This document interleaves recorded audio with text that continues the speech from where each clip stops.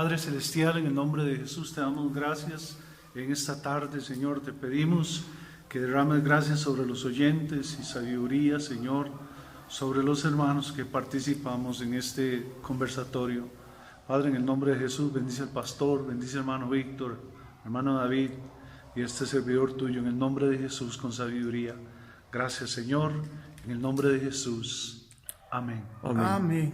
Bueno, queridos hermanos y audiencia, estamos hoy nuevamente reunidos para realizar este conversatorio que en cierta forma sentí yo como que dejamos inconclusos la semana pasada, la semana antepasada. La semana antepasada estuvimos hablando acerca de la verdadera Navidad, ¿verdad? Y en realidad la verdadera Navidad es el nacimiento de Jesús. Quisiéramos hoy también dedicarle un tiempito a hablar de nuestro Señor Jesucristo. ¿Quién fue Jesús? Incluso Él mismo hizo la pregunta y ahorita la voy a leer. Ahora, esto está en Mateo capítulo 16, versículo 13, y dice así: viniendo Jesús a la región de Cesarea de Filipo, preguntó a sus discípulos diciendo: ¿quién dicen los hombres que es el Hijo del Hombre? Ellos dijeron, unos Juan el Bautista, otros Elías, otros Jeremías o alguno de los profetas. Él les dijo: ¿y vosotros? ¿Quién decís que soy yo? Bueno, vamos a dejarla hasta ahí. Es una pregunta importantísima que tiene grandes consecuencias. Yo creo que es una pregunta también que debemos hacernos hoy. ¿Quién es Jesús? Porque Jesús es único. Jesús no solo partió la historia en dos, en antes de Cristo y después de Cristo, sino que Él simplemente no fue un hombre, ni siquiera fue un gran hombre. No. Jesucristo es Dios. Y queremos partir con este texto. Y oigan lo que le contesta, lo que le contesta Pedro. Respondiendo Simón Pedro dijo: tú eres el Cristo, el Hijo del Dios viviente. Entonces le respondió Jesús: bienaventurado eres Simón, hijo de Jonás, porque no te lo reveló carne ni sangre, sino mi Padre que está en los cielos. Bueno, ¿qué opinan, hermanos? ¿Quién quiere opinar sobre este hermano Brizuela? Me gustaría escucharte. Claro que sí, querido hermano. Mira, lo que nosotros podamos decir hoy en día sobre Jesús en cuanto a que Él es el Hijo de Dios, lo puede decir cualquier persona que esté metida en cualquier religión. Sí. Pueden dar sus opiniones y pueden incluso ser hasta un poco acertadas o pueden parecerse mucho a lo que un hijo de Dios piensa. Pero aquí hay una palabra clave. La palabra clave es cuando el Señor le dice a Pedro que no se lo reveló carne ni sangre. Claro. O sea, yo conozco que Jesús es el Hijo de Dios, no porque el hermano David me lo dijo, no porque escuché al hermano Víctor en una predicación, en una enseñanza del pastor, sino porque Dios me lo revela, trae esa revelación de Jesucristo como el Hijo de Dios, que eso implica no solamente una relación entre Él y su Padre, sino que es algo que me afecta a mí al creer. Cuando yo creo en Jesús y esas escamas se caen de mis ojos, y yo veo a Jesús no como un Jesús histórico, como una persona más de la historia, sino que lo veo como lo que Él es en su esencia, como decía, como dice en San Juan capítulo 1, y nosotros vimos su gloria como la del unigénito del Padre, lleno de gracia y de verdad.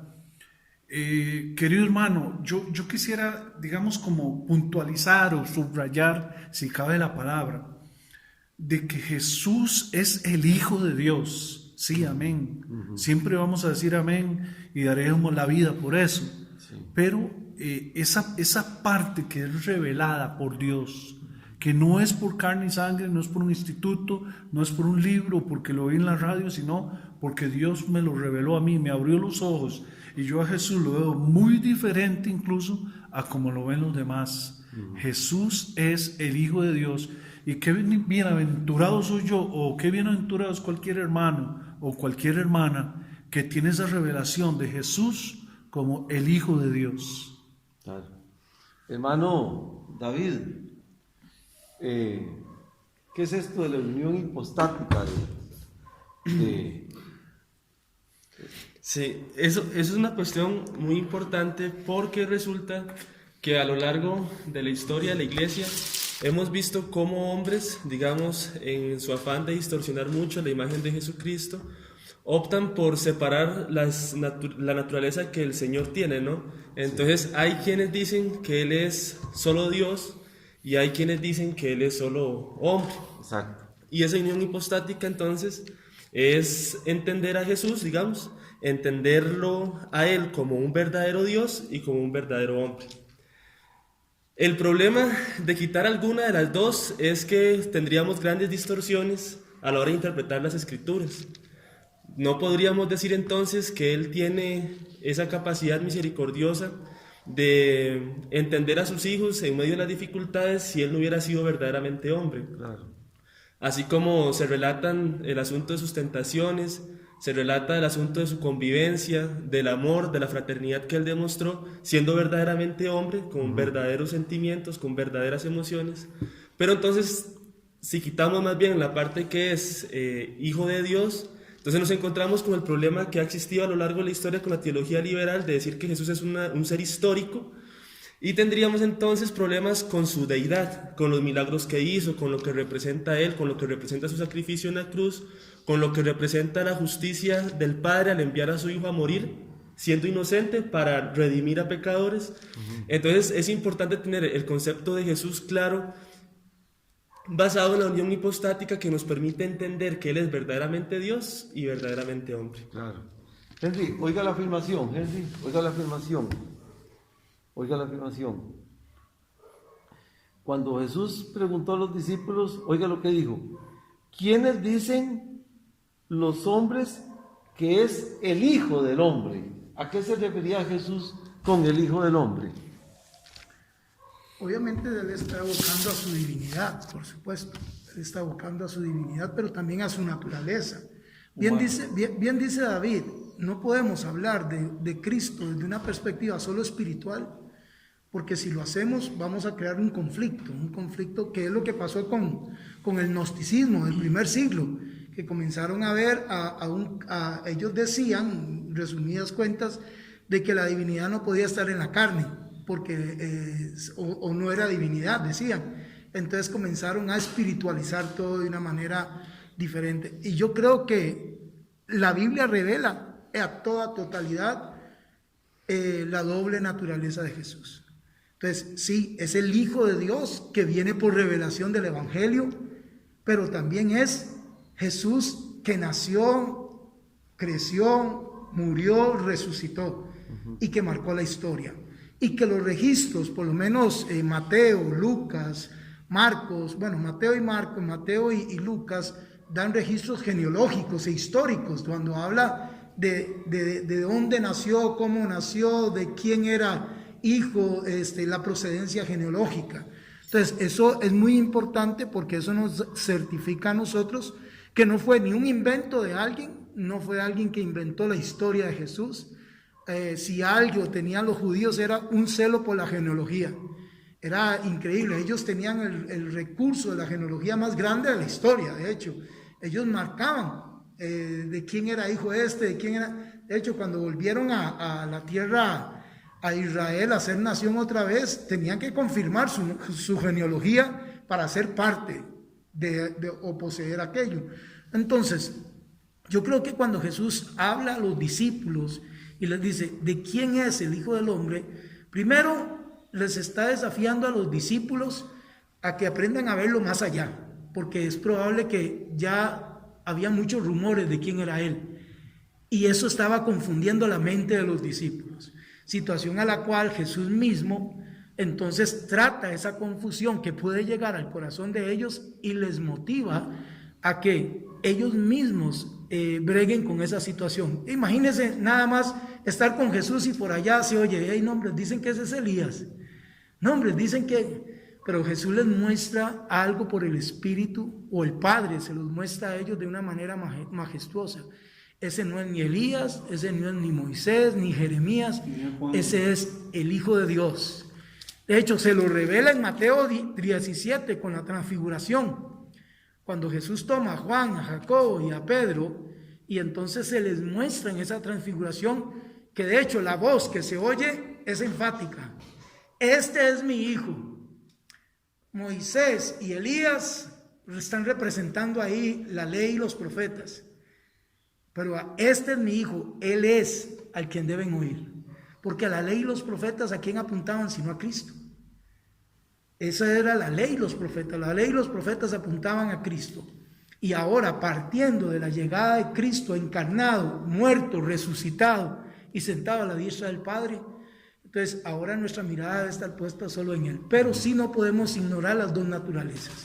Él, Pablo, en las palabras de Pablo, déjenme leer algo que estaba viendo. Pablo dice en el capítulo 5 de 2 de Corintios, verso 16, de manera que nosotros de aquí en adelante a nadie conocemos según la carne, y si aún a Cristo mismo conocimos según la carne, ya no lo conocemos así. Aquí Pablo no está negando la encarnación de Cristo, está motivando a la iglesia a que deje de estar recordando a un Cristo histórico nada más y que procuren conocerlo por el Espíritu, por la palabra, para que vayan madurando, porque yo me imagino que estos hermanos que leen esto, seguramente les pasa lo que nos pasa a nosotros cuando perdemos un ser querido. Ay, qué buena gente era. Ay, qué ganas. Yo me imagino que estaban todavía muy pendientes de lo que él era en su carne. Y Pablo procura de que ahora entiendan de que ese Cristo, si lo conocimos en la carne, ya no lo podemos seguir esperando conocer en la carne. Ahora debemos conocerlo en esa nueva creación, en esa glorificación que es la que el Padre quiere. Entonces, sí, Él es el Hijo de Dios, se encarnó, tomó nuestra imagen, nuestra semejanza, murió, resucitó y está sentado a la diestra del Padre. Y no podemos separar esas dos ideas, porque si no vamos a crear un conflicto teológico serio. Bueno, yo quisiera aportar, queridos hermanos, en medio de en el monte de la transfiguración, algo muy importante. Si Jesús hubiera sido solo hombre, esa voz que se escuchó ahí diciendo, este es mi hijo, perfectamente hubiera dicho lo mismo, este es mi hijo. Pero si Jesús hubiera sido hombre, la voz hubiera dicho, escuchen a Moisés. Porque Moisés es la autoridad para los judíos en cuanto a lo que es las Escrituras. Pero antes de que continúe la idea, es que él era hombre. Es que no Sí, podemos, por eso, no, es que correcto. no podemos Pero estamos quitar hablando de que su Jesús... humanización. Sí, la podemos quitar. es Por correcto. eso hago la observación, porque es que usted está haciendo ver que si era hombre, hay como una implicación de que no era un hombre, no, si era hombre. No me está entendiendo. No, por eso estoy si haciendo Jesús la hubiera aclaración. sido solo hombre, pero Jesús es hombre y es Dios. Ok, ahora sí estamos claros en No, eso. ahora sí me entendió.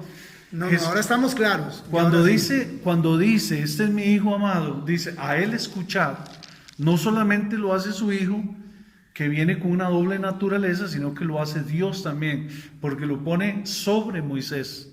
Ya, ahí no dice, escuchen a Moisés, ahí dice, a él escuchar, al Hijo de Dios.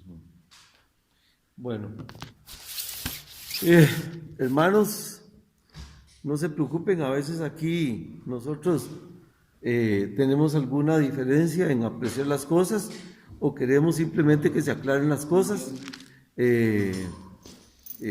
pero aquí todos tenemos derecho de apreciar apreciar y dar nuestras opiniones en todo. Siguiendo con el texto de la confesión de Pedro, me gustaría que fuéramos a Gálatas, ¿no? Gálatas 4. Vamos a ir un momentito al libro de Gálatas, porque hay una implicación muy interesante. Gálatas 4, capítulo 4,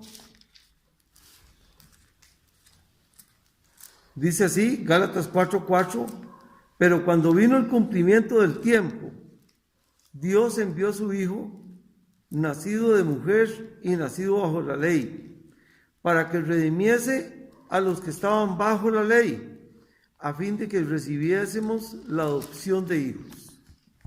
La pregunta es,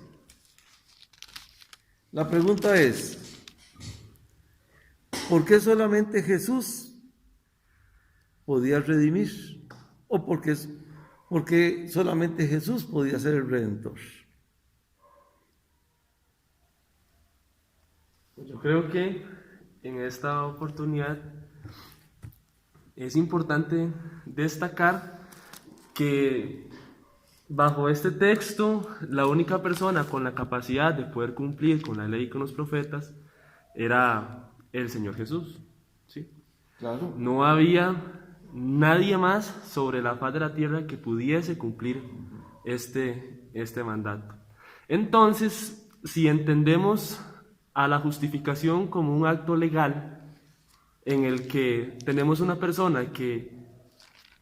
varias personas que son culpables y una de esas personas tiene que redimir a otra persona que también es culpable, estamos en un conflicto con un juez, digamos. Va a haber ahí una diferencia, porque una persona culpable no puede pagar por otra culpable, al final de cuentas los dos deben.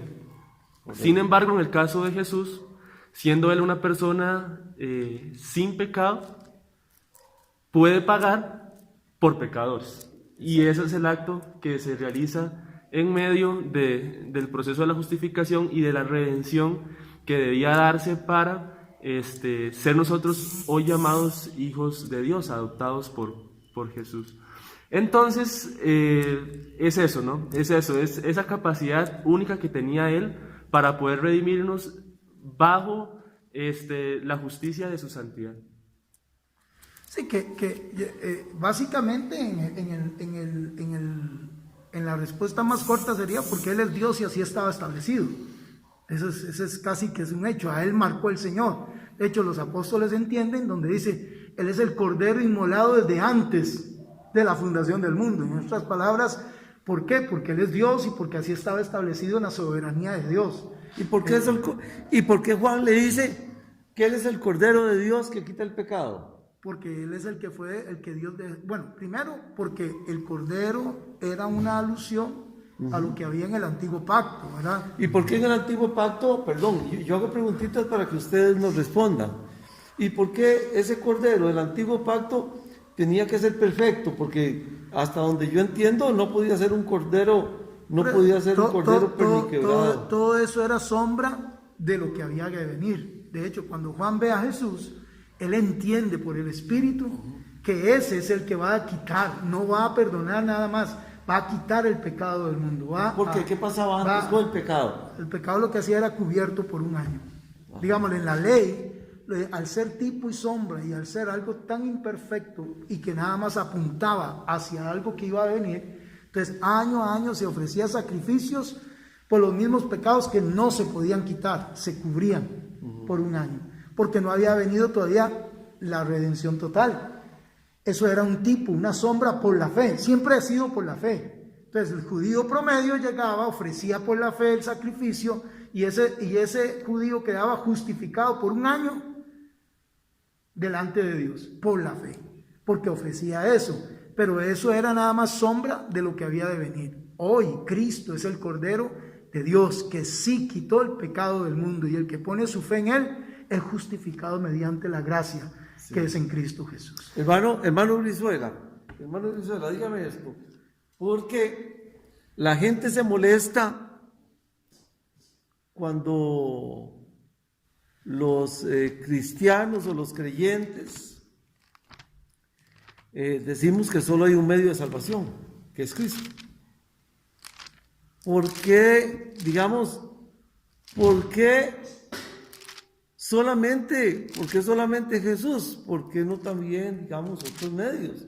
Como por ejemplo, de ahí, el no ser tan mala gente, el hacer ciertas buenas obras. ¿Por qué solamente Jesús? ¿Qué es el asunto? Explíquenme. Bueno, sencillamente lo que Dios ha establecido es que solo a través de Jesús hay salvación, que solo a través de Él hay aceptación, somos adoptados hijos, podemos ser escuchados en su nombre, solo a través de Él. A la gente se molesta porque eso va contrario a su religión, a sus propias creencias, al Dios que ellos se imaginan, a la forma en que ellos creen que agradan a Dios. No obstante, el Señor mismo lo dice, que como son más altos los cielos que la tierra, así son más altos los pensamientos de Dios que los de los hombres. Y lo que para los hombres es sublime, muchas veces para Dios es abominación. Yo me atrevería a asegurar que cualquier otro medio de salvación o de aceptación que no sea Jesucristo es abominable delante de Dios, es detestable, aunque el ser humano crea que es sublime, que es grande, que es puro, que así debe ser. Entonces la respuesta es que se molestan porque va contrario a sus propias creencias. Claro. Bueno. David iba a decir algo. Perdón, hermano. Me permite devolverme un momentico, digamos, donde el pastor estaba hablando. Y creo que para entender la persona de Jesús debemos ver atrás, ¿no? Ver el Antiguo Testamento un poco. Totalmente. Creo que el problema de la iglesia actual, o el problema de nosotros mismos para entender el Antiguo Testamento, es esa falta de poder ver a Jesús en el Antiguo Testamento.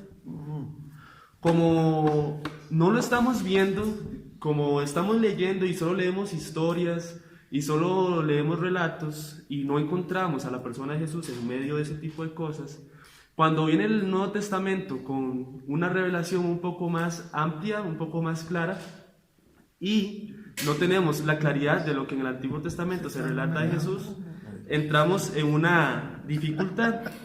Entonces, cuando Jesús es visto en el Antiguo Testamento, cuando vienen esos textos, esas frases como el Cordero Inmolado, o como relacionándolo a él con Adán, o relacionándolo a él con una peña, o relacionándolo a él con un montón de cosas más, no entendemos porque en el momento que se lee el Antiguo Testamento no tenemos la claridad de que todo el Antiguo Testamento apunta a Jesús. Así es. Entonces, muchas cosas que se hacían, por ejemplo lo del Cordero, por ejemplo las representaciones sacerdotales, todo lo que tenga que ver con el tabernáculo, todo lo relacionado con los profetas, todo lo relacionado con los reyes, con los jueces, con las rocas que se utilizaron muchas veces en el desierto para dar de alimento, agua. Todas esas cosas representan a Jesús. Y tenemos que leer el Antiguo Testamento con esta perspectiva, porque si no, no vamos a entender y entramos al Nuevo Testamento con un montón de confusiones y se nos hace muy difícil. Entonces yo creo que es importante que la iglesia, digamos, se dé a la tarea de leer el Antiguo Testamento con unos lentes que le permitan ver a Jesús en medio de todos los relatos. Porque a lo largo de la historia también se han hecho como muy malas interpretaciones de muchas historias, ¿no? Y cuando hablamos, por ejemplo, de David y Goliat, entonces la predicación normalmente es de que nosotros tenemos que vencer a nuestro Goliat, digamos. Y si vemos la historia digamos, si vemos esta historia a través de entender a Jesús, podemos ver que nosotros seríamos más bien como el pueblo temeroso, que no tenía nadie que los vendiera, que estaba destinado a la pérdida, que estaba destinado a la derrota, que estaba destinado a ser gobernado, y que ese David es nuestro Jesús que peleó por nosotros y que vence a lo que tiene que vencer por nosotros. Nosotros no somos el David ni tenemos que matar ningún Goliat, nosotros somos el pueblo temeroso que tiene un Salvador, que tiene un Redentor, que tiene alguien que da la batalla por nosotros, que sería en este caso David, siendo sombra de Jesús. Y esa es más o menos como la interpretación que queríamos de darle a muchísimos textos que encontramos en el Antiguo Testamento. Correcto. Algo que yo quiero compartir, y es con respecto a que, como esta es la segunda parte de lo que se ha venido hablando de la Navidad, todo esto tenemos que conectarlo a la Navidad. ¿En qué sentido? En que si hablamos de Jesús sin poder conectarlo, digámosle, las ideas, entonces podemos pensar que es otro tema. Y digo esto porque Lucas nos hace referencia exactamente al día en que Jesús nació. Y dice ahí en el capítulo, creo que 2, que habían pastores en aquella misma región que velaban y guardaban, dice, las vigilias de la noche sobre su rebaño. Y aquí se les presentó un ángel del Señor, y la gloria del Señor los rodeó de resplandor, y tuvieron gran temor. Pero el ángel les dijo: no temas, porque aquí hoy doy buenas nuevas de gran gozo, que será para todo el pueblo. Os es nacido hoy en la ciudad de David un Salvador, que es Cristo el Señor. Ahora, ¿por qué menciono esto? Porque al haber hablado de que Cristo es el Cordero inmolado, y que Cristo es el que que los corderos anteriores eran sombra y tipo del que iba a venir, es interesante que cuando ese ángel se aparece primero a los pastores, y esos pastores lo que hacían era vigilar los rebaños de los sacerdotes en muchas ocasiones, que tenían para el comercio, para el día de la Pascua. Y ahí hay una anunciación muy poderosa, ya no se necesitan esos sacrificios, ya llegó el que va a ser el único y perfecto sacrificio, que es Cristo el Señor, el Salvador, el que va a venir a quitar el pecado del mundo, y no simplemente a cubrirlo como hacía esos sacrificios antiguos. Entonces, digo esto porque, hermanos, al pensar en Cristo no podemos pensar sencillamente desde el nacimiento, tenemos que verlo desde antes, aún de la creación misma, como hablan los apóstoles, desde antes de la creación misma, que fue inmolado, fue totalmente enfocado en esa dirección, que él iba a morir. Él no vino para cubrir una torta, él vino para cumplir un propósito. Digámosle, ya estaba en el presupuesto de Dios todo lo que iba a suceder, y él ya estaba destinado para eso, él era el perfecto, el único que podía venir a quitar el pecado del mundo, que según dice Pablo, en el cumplimiento de los tiempos, dice, cuando se cumplió el tiempo, vino, en el tiempo propicio, en el tiempo de Dios, apareció, nació de mujer, porque eso es lo que evoca la natividad. No podemos ver a Cristo solo desde un marco espiritual. Nació, creció, sufrió nuestras debilidades también, murió, resucitó, y ahora podemos acercarnos a Él como nuestro Señor y Salvador. Ahora, Jesús es libre, es limpio, sin pecado. ¿Y por qué Jesús? Si era sin pecado, ¿por qué Jesús se bautizó? Para cumplir. ¿Para cumplir qué? La ley, para cumplir lo establecido por la justicia de Dios. Por eso Él mismo dice, es necesario. Y aquí Jesús vino a cumplimiento de todo lo que la ley había establecido. Él no vino a hacer más que lo que el Padre le había mandado. Entonces, Él sabía, porque Él es la palabra encarnada. Él no es que Él nada más leía y decía, hoy tengo que hacer esto. No, es que Él es la palabra encarnada. Y Él tenía que cumplir a cabalidad todo lo que Jesús dijo, hizo y dejó de hacer. Todo fue guiado hacia el cumplimiento de la voluntad del Padre. Creo que también es importante saber, digamos, y entender que Jesús al venir viene en un estado en el que tiene que ser obediente, ¿sí? Él es obediente tanto activa como pasivamente.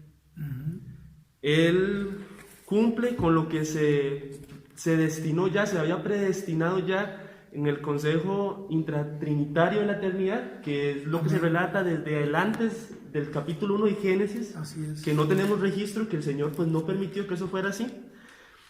Y también está la obediencia en la que Él tiene que cumplir con todas las normas, con todos los mandatos y con todo lo que lo que a nivel de cultura se le pedía a él cumplir, Sí. con el objetivo de guardar también su testimonio y ser aquella persona que cumplió la ley de Moisés tal cual se dictó completa. Sí, pero es que me gustaría también enfatizar esto con respecto a lo que estamos hablando.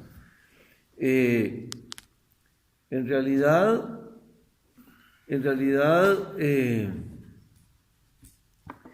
Jesús, bueno, ya se me perdió un poquito el hilo, pero en 2 Corintios 5:21 nos dice: al que no conoció pecado, por nosotros lo hizo pecado, para que nosotros fuésemos hechos justicia de Dios en él. Lo que quería expresar es esta idea.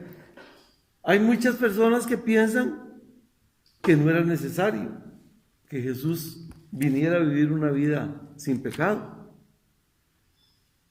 sino que Jesús únicamente vino para morir en la cruz. Es que, Perdón.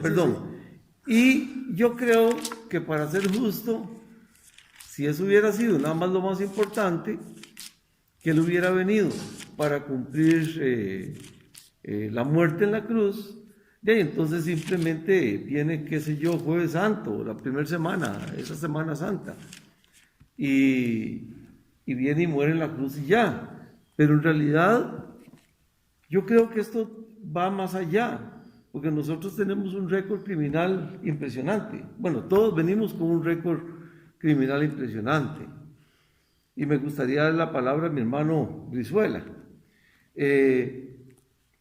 Hermano, en relación a esto de nuestra pecaminosidad, ¿cómo entiende usted 2 Corintios 5:21? Que al que no conoció pecado, por nosotros lo hizo pecado, para que nosotros fuéramos hechos justicia de Dios en él. Bueno, aquí lo que se trata es como de un trueque entre Dios y su justicia. ¿En qué sentido? En que Jesús llevó en sí mismo nuestro pecado, de tal manera que dice que Él fue molido por nuestros pecados y el castigo de nuestra paz fue sobre Él. Pero aquí es importante el récord criminal que nosotros teníamos. En otras palabras, es importante esa vida, digamos, pura y santa de Jesús. Por supuesto, porque dice que todos somos sacerdotes constituidos a favor de los hombres. Y dice que Él tenía que venir a ser en todo semejante a nosotros para poder tener misericordia de nosotros. O sea, el Señor conoce perfectamente la batalla, la lucha que vivimos nosotros día a día, que es una pelea impresionante, y Él mismo tenía que vencerla para poder darnos a nosotros la victoria. Y antes de llegar a Cristo, ¿cómo llegamos nosotros? Perdón, ¿cómo? Antes de llegar a Cristo, ¿cómo llegamos nosotros? Con ese récord criminal, ¿cómo llegamos? Totalmente perdidos, totalmente en pecado, claro, sin Cristo estamos perdidos, destituidos de la gloria de Dios. Sí, y ese récord de Jesús, ¿cómo fue? Impecable. Impecable. Entonces tenía que haber, porque aquí nos está hablando, 2 Corintios 5:21, que al que no conoció pecado, por nosotros lo hizo pecado, para que nosotros fuésemos hechos justicia de Dios. Ahora, para los teólogos o las personas más, personas que manejan más conceptos, dice que en realidad no fue que por nosotros lo hizo pecado. Por ejemplo, Carballosa dice que por nosotros lo hizo ofrenda de nuestro pecado. ¿Es así? es que yo creo que Pablo está haciendo alusión a Juan. Pablo está haciendo alusión a Juan cuando Juan dice, que Jesús mismo dice, así como Moisés levantó la serpiente en el desierto, es necesario que el Hijo del Hombre sea levantado para que todo aquel que en él queda. Ahora, ¿qué fue lo que pasó en esa escena del desierto? Que las serpientes de fuego estaban matando a los israelitas.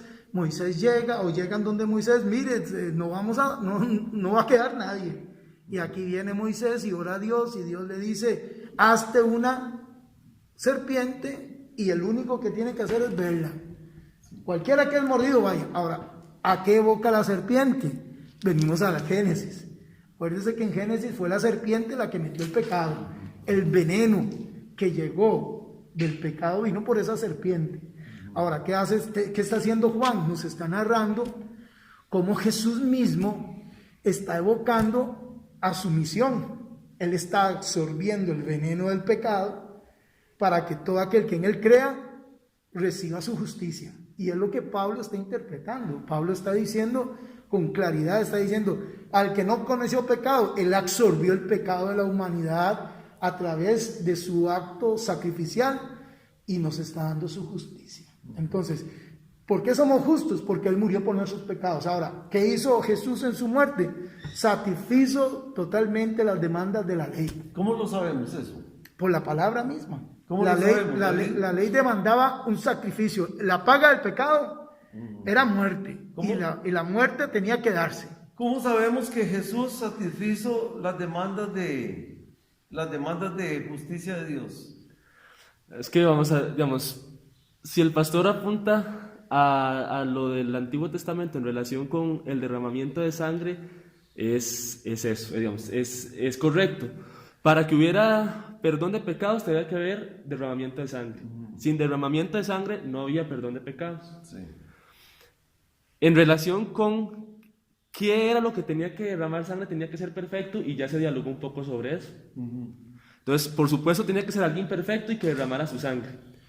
Obviamente cualquiera podría decir, entonces, no sería necesario que Jesús naciera desde bebé, que creciera, que esperara hasta cierta cantidad de años para poder entregar su cuerpo, para poder entregarse en muerte, en cruz.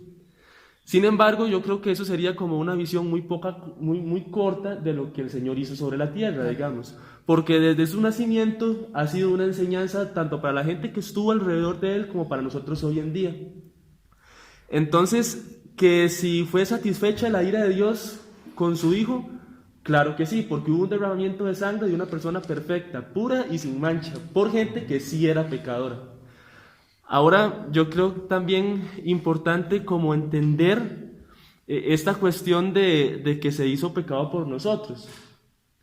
Y esto es justo lo que venimos hablando. Una persona que no tiene pecado, que se está entregando, tiene que recibir la ira de su Padre en la cruz. Y es la parte en la que Marcos vemos relatado en Marcos 15, en el versículo 34, donde dice, Dios mío, ¿por qué me has desamparado? Yo creo que el dolor, digamos, de Jesús más grande, lo que más lo tenía pensando, lo que más lo hizo sudar gotas de sangre, era esa separación entre él y el Padre. No tanto su sacrificio físico, porque tampoco podríamos entender a Jesús como una persona que se martirizó y se vino a entregar físicamente, sino es esa separación que hubo de él y el Padre en el momento en el que él se hace pecado, en el que él carga con los pecados de la humanidad para satisfacer precisamente esa ira de la que estamos hablando, la ira de Dios, y dar su cuerpo como una ofrenda a Dios por el pecado de la humanidad. Sí. De hecho, ahora la resurrección confirma la aceptación. Bueno, esa es la parte a la que yo quería llegar. Porque si no hubiera habido resurrección, quiere decir que el sacrificio no hubiera sido aceptado. Y no solo la resurrección, la ascensión de Jesús a la diestra del Padre. Sí, todo eso confirma. O sea, eso complementa todavía, digamos, la aceptación de ese cordero, ¿verdad? Claro. De ese cordero sin mancha que murió. Bueno, a la querida audiencia, lo que sí queda muy claro aquí en todo esto es que solamente tenemos un Salvador, Jesucristo. Solamente Él es el camino, solo Él es la vida, y la única forma de llegar al Padre es solamente por medio de Jesús. Yo no creo en esa historia de que por medio de la mamá o por medio de, no sé, de un santo. Ahora, ¿y cómo se llega a Jesús? ¿Cómo se llega? Por medio de Jesucristo. ¿Cómo se llega a Jesús? Sabemos que al Padre llegamos por medio de Jesús. Okay. Ahora, ¿cómo llegamos a Jesús? Ok. Número uno, todo es por gracia. Todo es por gracia. Pero ¿qué es la parte, digamos, la parte del hombre? No la parte que suma, sino la parte más bien que recibe del hombre, su fe. su fe en Cristo Jesús. Es nosotros, mientras creamos en Jesús y otros caminos, estamos equivocados. Si creemos en otros caminos, estamos equivocados. El único camino al Padre es Jesús, pero para llegar a Jesús solamente se llega por la gracia y la misericordia de Dios. Dicha gracia y misericordia viene por medio de... La fe, sí, claro. No, la fe viene por medio de el Evangelio. El Evangelio. Ese es el punto inicial de todo. Por eso es que cuando aparecen los ángeles y viene y dice, gloria a Dios en las alturas y en la tierra paz y buena voluntad de Dios para con los hombres, les manda a decir esas buenas noticias. Que es importante, digámosle, eso que usted está diciendo está totalmente, pero por cómo llegamos a Jesús no lo vemos ahora, pero cómo llegamos a Jesús por el Evangelio, porque hay muchos que creen en Cristo, pero ni siquiera saben el Evangelio. Entonces, ahí volvemos a la pregunta inicial. Sí. Tienen una idea de Jesús según han oído, pero no por revelación, como decía el hermano Brizuela, porque ni siquiera saben en qué consiste el Evangelio. Y el Evangelio es el que nos lleva a Cristo. Y es claro, digamos, en las Escrituras se nos deja ver que al Señor le plació que el medio por el cual un hombre se acercara a él fuera por la locura de la predicación del Evangelio de Dios. Sí. Y el Evangelio de Dios, digamos, como concepto, el Evangelio sería el nacimiento, la muerte y la resurrección de nuestro Amén. Señor Jesús, que se relata desde el Génesis hasta Apocalipsis. O más bien, y creo también que es importante, si viéramos la salvación como una ecuación en la que si algo pone el hombre es el pecado únicamente. nada más. Nada más, o sea, el hombre está completamente sin facultad de darle algo a Dios para él ser merecedor de algo, si no, no fuera por gracia. Sí, porque desgraciadamente, digamos, está la religión, que por así decirlo, es lo que la mayoría del mundo piensa.